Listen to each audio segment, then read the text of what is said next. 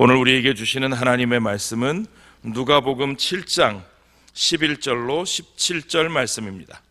신약성경 101면에 있는 말씀, 누가복음 7장 11절로 17절 말씀을 우리 교독하겠습니다. 한 절씩 교독하겠습니다. 그 후에 예수께서 나인이란 성으로 가실새 제자와 많은 무리가 동행하더니 가까이 이르실 때에 사람들이 한 죽은 자를 메고 오니 이는 한 어머니의 독자요 그의 어머니는 과부라. 그 성의 많은 사람도 그와 함께 나오거늘 주께서 과부를 보시고 불쌍히 여기사 울지 말라 하시고 가까이 가서 그 관에 손을 대시니 맨 자들이 서는지라. 예수께서 이르시되 청년아 내가 네게 말하노니 일어나라 하시매 죽었던 자가 일어나 앉고 말도 하거늘 예수께서 그를 어머니에게 주시니 모든 사람이 두려워하며 하나님께 영광을 돌려 이르되 큰 선지자가 우리 가운데 일어나셨다 하고 또 하나님께서 자기 백성을 돌보셨다 하더라. 예수께 대한 이 소문이 온 유대와 사방에 두루 퍼지니라. 아멘. 자, 오늘 이 말씀을 가지고 아픔을 보시는 주님이라는 제목으로 우리 오태관 목사님 말씀 전하실 때에 여러분 큰 은혜 받으시기 바랍니다. 우리 오태관 목사님을 우리 반갑게 우리 오른손을 들고 할렐루야로 맞이할까요? 할렐루야.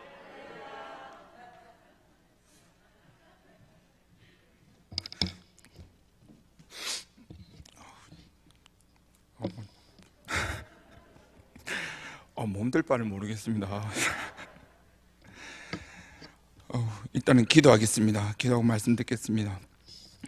하나님 아버지 감사합니다. 지난 3일 동안도 인도하여 주시고 위로하여 주시고 함께하여 주신 주님, 그 은혜에 감사하여 주님께 영광 돌리며 또 은혜를 받고자 이 자리에 모였습니다.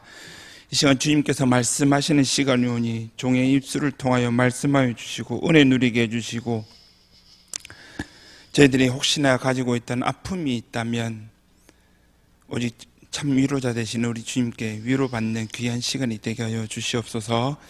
감사드리며 살아계신 예수님의 이름으로 기도합니다. 아멘.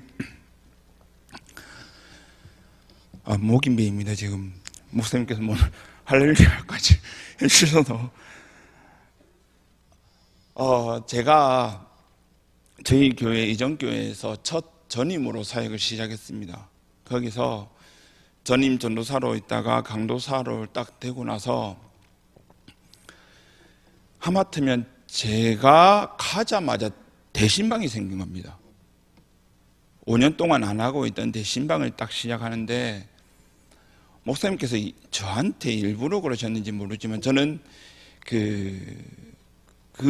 일부 그 주위에 있던 지역들은 좀 어렵고 힘들고 외롭고 그런 분들이 많으셨는데 제가 담당했던 그 교구 쪽은 그와 정반대로 엄청나게 부자, 엄청나게 돈 많으신 분, 엄청나게 부동산이 많으신 분 어디겠습니까? 저게 해운대 LCT 쪽에 하라고 하시는 겁니다.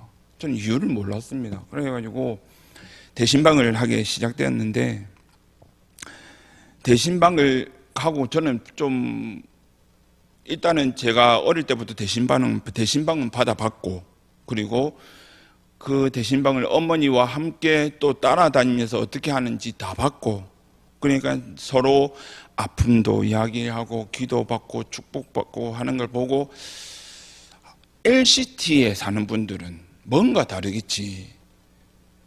떵떵거리며 사시는 분들, 행복하게 사시는 분들, 사람들은 없다 하는 나는 있다 이렇게 있다 많은 것을 가지고 있다 생각하시는 분들이 사시는 동네라 설마 그렇게 아픔이 있을까? 고독이 있을까? 그렇게 은혜에 대한 갈급이 있을까라는 생각을 안고 대신방을 시작했습니다.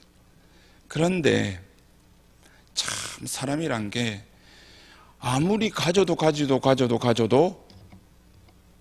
어려우면 늘 있고요. 아무리 떵떵거리며 사람들 눈치 안 보고 사는 사람이라 할지라도 그 사람 내면에는, 이면에는 아픔과 외로움과 사랑받고 싶은 마음과 위로받고 싶은 마음과 축복받고 싶은 마음은 없는 분들과 더 심하다는 걸 저는 깨달았습니다. 그리고 일주일간의 모든 대신방을 마치고 목사님께, 목사님 왜 저한테 이 정말 떵떵거리며 사시는 분들을 저에게 왜 교구를 맡겨주셨습니까? 이랬더니 사람은 다 똑같다. 사람은 정말 다 똑같다. 외롭든 없든 있든 아프든 안 아프든 건강하든 전부 다 아프다. 그리고 목사님께 위로를 받고 싶어한다. 하나님께 위로를 받고 싶어한다. 복 받고 싶어한다. 기도 받고 싶어한다. 그러니 지금 그때는 오 강도사가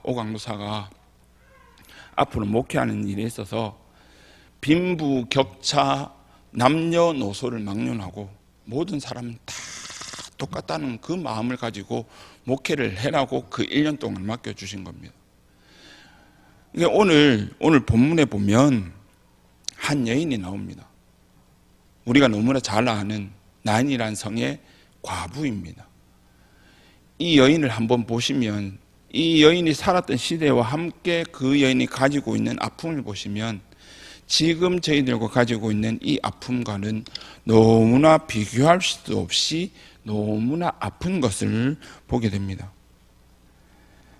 우리도 똑같은 아픔을 가지고 있지만 지금 당장 겪고 있는 이 어려움이 무엇인지는 모르지만 분명히 여기 계신 분들이나 영상으로 예배 드리시는 분들이나 또 세상 사람들과 똑같이 다 아픔을 가지고 있습니다. 그래서 우리 예수님은 마태복음 12장에 안식일에 손 마른 사람을 고치시면서 이런 어려움이 있는 자들을 향해서 상한 갈대와 꺼져가는 등불, 심지와 같다고 비유로 말씀을 하시면서 마태복음 12장 20절에는 상한 갈대를 꺾지 아니하며 꺼져가는 심지를 끄지 아니하기를 심판하여 이길 때까지 하겠다고 말씀을 하고 있습니다.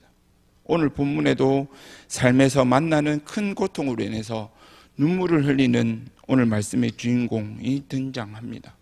이 짧은 시간 말씀을 들으면서 우리가 위로를 받아야 될 분이 누구인지, 또 우리는 어떠한 삶을 살아야 되는지 말씀을 통해서 은혜를 누리시기를 바랍니다. 오늘 본문 누가복음 7장 앞장 6장에서는 예수님께서는 자신이 안식일의 주인이라는 사실과 그리고 12명의 제자를 불러서 사도로 세우시고 그리고 물이 따르는 무리들에게는 새 교훈을 주십니다.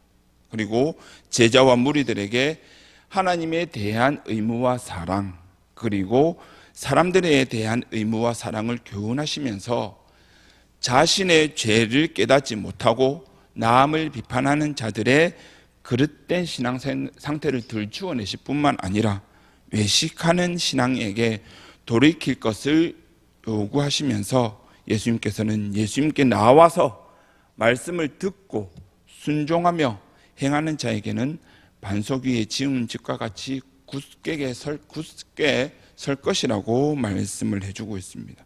예수님께서는 이렇게 말씀으로 끝나신 것이 아니라 6장의 그 가르침을 오늘 7장에 나오는 두 사건, 가버나움에서의 두 사건을 통해서 오늘 본문 앞장에서는 백부장이 종을 치유하신 일과 그리고 나인성 과부의 아들을 살리신 이 사건을 통해서 앞장에 6장에 말씀하여 주셨던 그 가르침을 확증하시는 것을 오늘 보게 됩니다. 세상 사람들은 살아가면서 아픔을 많이 겪습니다. 저희들도 겪고 있고 지금도 겪으면서 살아가고 있습니다. 세상을 살아가는 사람들이 겪는 아픔들은 다 똑같지는 않습니다. 너무나 다양합니다. 작은 일에서부터 큰 일에 이르기까지 각 가정마다 경험하고 겪는 일, 아픔들이 참으로 다양합니다.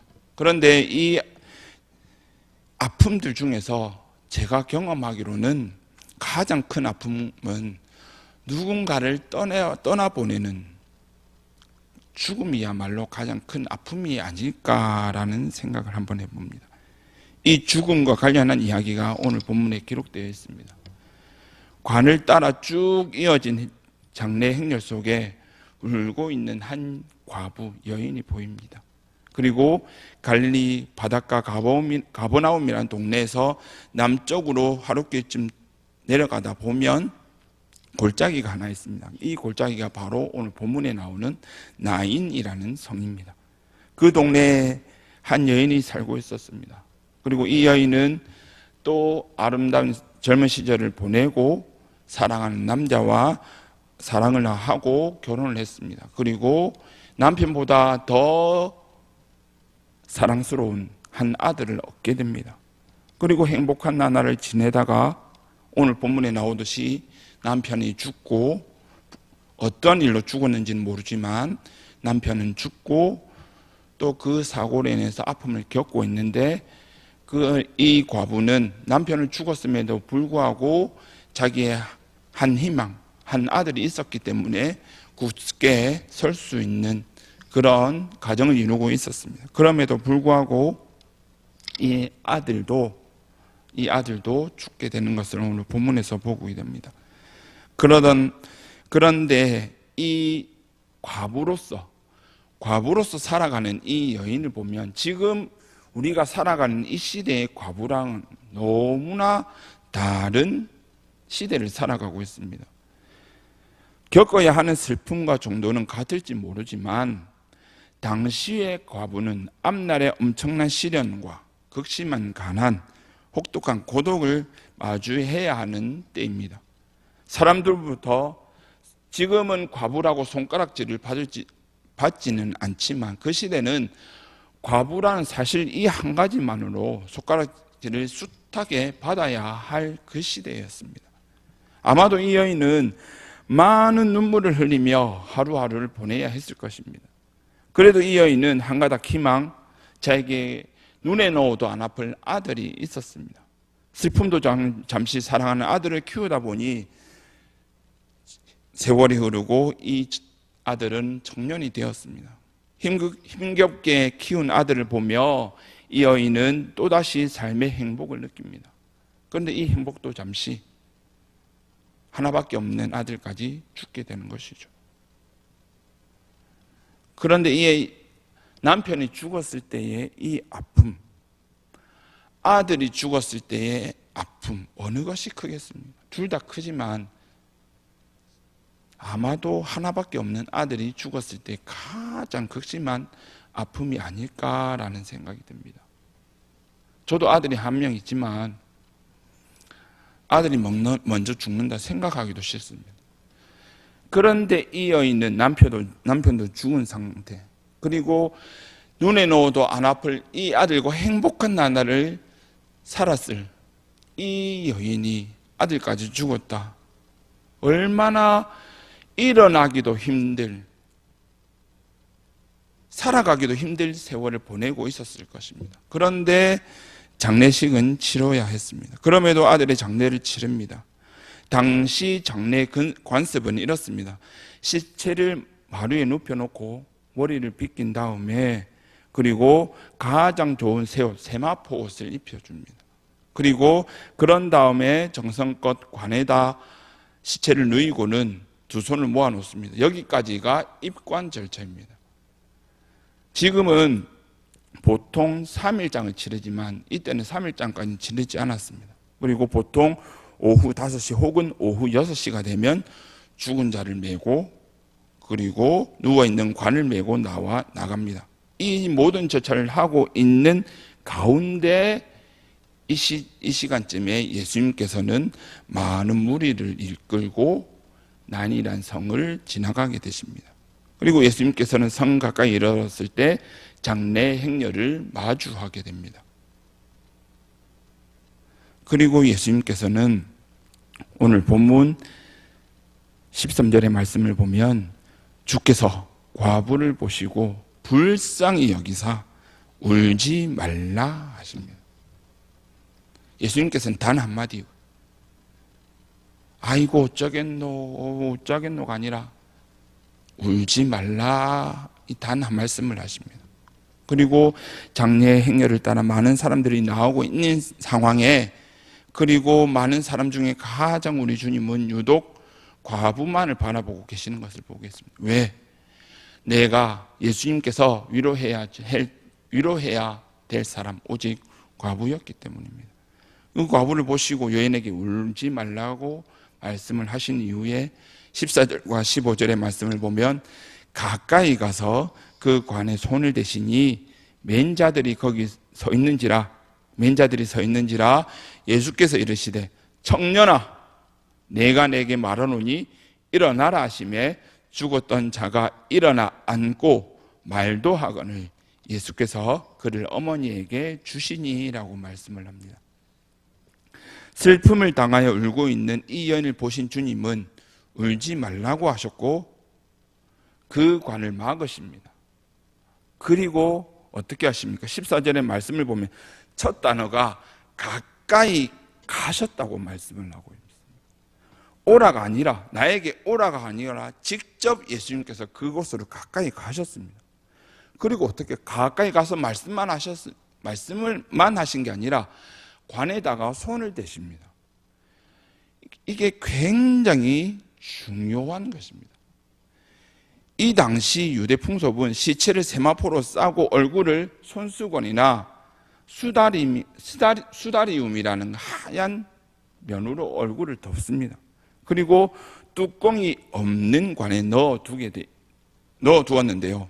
산 사람이 시체가 누워있는 이 관을 만진다는 것은 매우 불결한 일로 여겨졌습니다. 왜냐하면 이 죽음이란 것은 죄의 결과로 여겨졌기 때문입니다. 그래서 그럼에도 불구하고 예수님께서는 가까이 가셔서 그 관에 손을 대시고 청년아 일어나라 라고 말씀을 하십니다.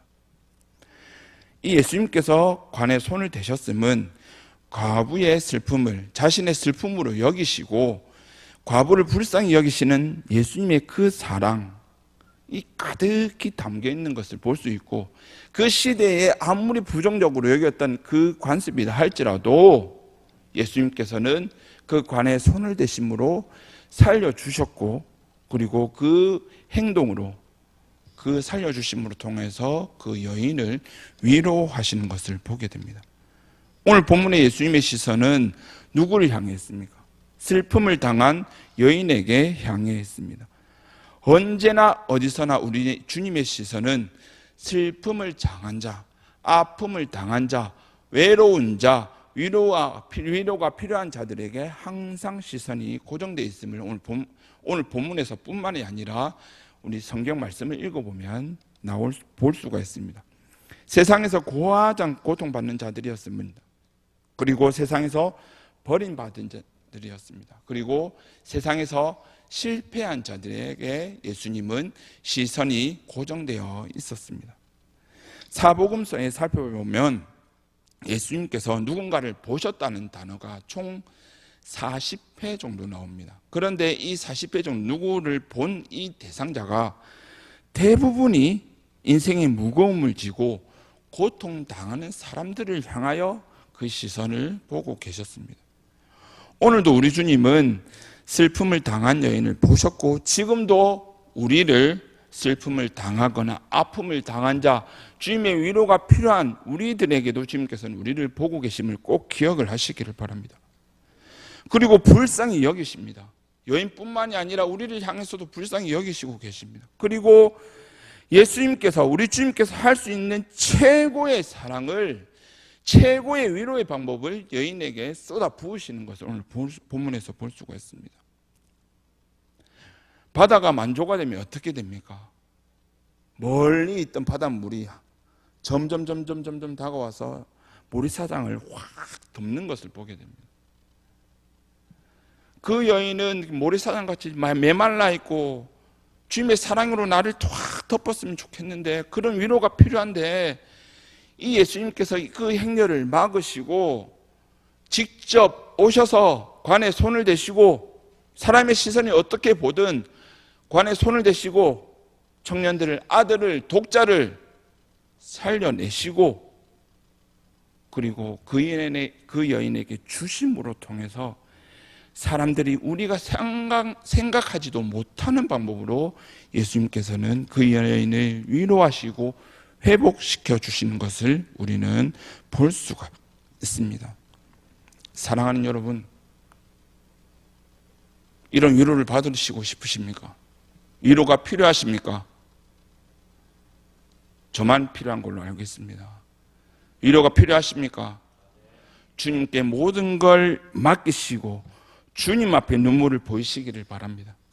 그러면 우리 주님은 그 눈물을 닦아주시고 우리가 생각하지 못하는 방법으로 위로하여 주시고 사랑하여 주시는 줄 믿습니다. 오늘 예수님께서는 본문에서 그 아들을 살리시고 여인에게 주셨습니다.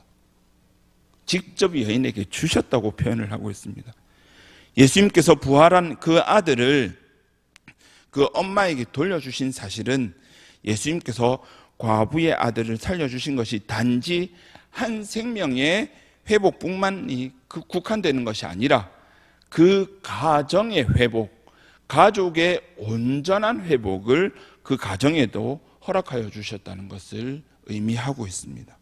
이제 아들을 잃은 고통으로 피멍이 든 이 과부의 마음속에는 더 이상 슬픔이 존재하지 않게 되었고, 그리고 예수님께서 베푸신 사랑과 자비와 위로가 가득 찰 뿐만 아니라 이 가족에게, 이 엄마와 아들에게 예수 그리스도께서 보여주신 이 사랑과 회복이 가득 차게 되었다는 것입니다. 이 사랑과 회복이, 이 위로가 이 가정에만 있었던 것이 아닙니다. 우리도, 나 자신도, 여러분도, 우리 가족도 이미 그 사랑을 받고 지금도 받고 있음을 확신하시기를 바랍니다. 예수님은 여인을 위로하시기 위해서 관을 가까이 직접 오시고 손을 대시며 청년을 살리시고 여인에게 위로와 사랑과 가정의 회복을 표현하신 것처럼 예수님께서 직접 이 땅에 오셔서 죽었던 우리를 살리시고 나 자신도 회복시켜 주실 뿐만 아니라 나를 통하여 우리 가족, 우리 교회, 우리 나라, 우리 전 세계를 회복시켜 주신 분이 바로 우리 하나님이시며 우리 예수님이신 걸 꼭 기억을 하시기를 바랍니다. 그리고 지금도 우리의 아픔이 무엇인지, 우리가 무엇이 필요하신지 알고 계시고 보고 계시고 지금도 우리의 눈물을 닦아주시는 분이 바로 우리 주님이신 것을 꼭 기억을 하시기를 바랍니다. 사도 바울은 고린도후서 1장 3절에서 4절에 이렇게 말씀을 고백합니다. 찬송하리로다. 그는 우리 주 예수 그리스도의 하나님이시요 자비의 아버지시요 모든 위로의 하나님이시며 우리의 모든 환난 중에서 우리를 위로하사 우리로 하여금 하나님께 받는 위로로서 모든 환난 중에 있는 자들을 능히 위로하게 하시는 이시로다라고 말씀을 합니다. 나인성 과부의 아픔을 보시고 눈물을 보시고 불쌍히 여기셔서 감히 상상할 수 없는 놀라운 사랑과 위로와 회복을 허락하여 주신 그 하나님의 그 위로가 나인성 과부에게도 넘쳤을 뿐만 아니라 지금도 우리에게도 넘쳐 흐르고 있습니다. 우리의 믿음의 부모님들, 우리 믿음의 선배님들은 제가 어렸을 때만 해도 교회에 모였다 하면 우셨습니다. 하나님 앞에 무릎을 꿇고 통성기도를 시작하면 어느새 기도는 통곡으로 바뀌고 그 눈물을 흘리면 어느샌가 눈물을 흘리며 기도하며 돌아왔을 때는 나도 모르는 그 위로와 평안이 임했던 시대가 있었습니다. 저희 부모님을 보면 매일 밤 새벽에 가시면, 교회 가시면, 돌아오시면 눈물 자국이 한가득 있으셨습니다. 감당할 수 없는 삶의 무게, 연속적으로 매일같이 일어나는 일들, 자녀들, 여러 가지 사업 때문에 힘든 하루하루 때문에 너무나 우는 일들만 많았지만 그 가운데 사람들에게 위로를 받는 것이 아니라 하나님께 나와서 예배 시간에, 기도의 시간에 나와서 주님께 아뢰므로 위로를 받았던 우리의 믿음의 선배들이었습니다. 지금 우리 여기 수요 기도에 참석하시고 계신 모든 분들도 무거운 짐을 나홀로 지고 견디다 못해 쓰러져 있는 것이 아니라 그 모든 무거운 짐을 주님 앞에 내려놓고 회복시켜 주실 주님을 기대하며 이 자리에 앉아 계신 줄 믿습니다. 수요 기도에, 새벽 기도 때 너무나 간절히 기도하시는 분들이 많습니다. 그만큼 괴로움과 슬픔과 어려움이 많은 시대를 살아가고 있는 우리입니다. 하지만 그 어떤 어려움이 온다 할지라도 우리를 회복시켜 주실 분은 우리를 위하여 십자가를 지시기 위하여 이 땅에 오시고 직접 오시고 우리를 살려주시고 우리를 회복시켜 주시고 우리를 위로하신 그 하나님이신 줄 믿습니다. 다윗은 시편 56편 8절에 이렇게 고백을 합니다. 나의 눈물을 주의 병에 담으소서라고 고백을 합니다.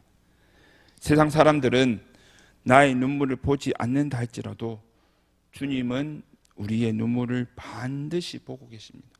그리고 보실 뿐만 아니라 우리가 생각하지 못하는 놀라운 방법으로 위로하시고 사랑하시고 회복시켜 주시는 분입니다. 저와 여러분의 눈물을 보시고 계신 주님께 오늘 이 밤뿐 아니라 앞으로 삶에 있어서 살아가는 데 있어서 세상 사람들한테 내가 이렇게 해서 힘들다가 아니라 주님 앞에 주님 앞에 모든 것을 내어놓고 주님께 위로받으실 뿐만 아니라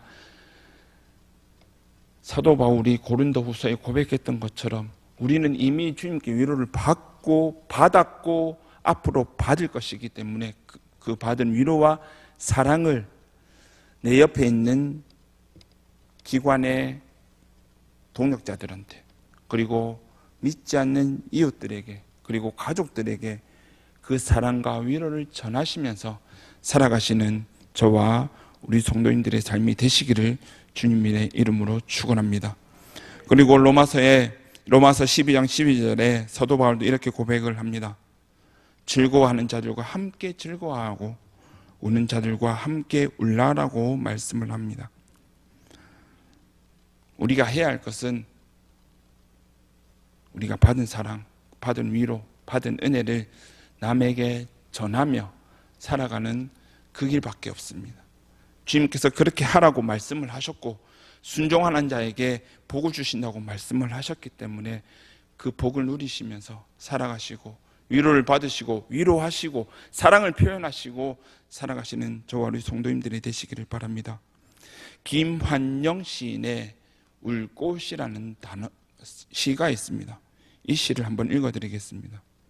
할머니와 손자 간의 대화를 시로 표현을 했습니다. 할머니 어디 가요? 예배당 간다. 근데 왜 울면서 가요? 울려고 간다. 왜 예배당 가서 울어요? 울 데가 없다. 집에서 울 수가 있겠습니까? 통곡하며 울면 왜 우노? 울지 마라. 교회 와서 우시면 그런 말할 사람 아무도 없습니다. 우리 교회는 1년 365일 열려 있습니다. 잠겨 있으면 열려달라고 기도하러 울러 왔다고 기도하러 왔다고 열어달라고 하면 안 열어줄 분은 아무도 없습니다. 저한테 연락하시면 새벽 1시라도 뛰어내려오겠습니다. 오직 주님께만 위로받으시고 우시고 주님께만 위로받고 그 사랑을 전하시면서 살아가실 뿐만 아니라 늘 은혜의 자리, 위로의 자리, 복받는 자리는 사모하시면서 살아가셔서 앞으로 모든 삶 가운데 주님께서 주시는 위로와 은혜와 복과 사랑이 넘치는 삶을 살아가시는 저와 우리 성도님들의 삶이 되시기를 주님의 이름으로 축원합니다. 하나님 아버지 감사합니다.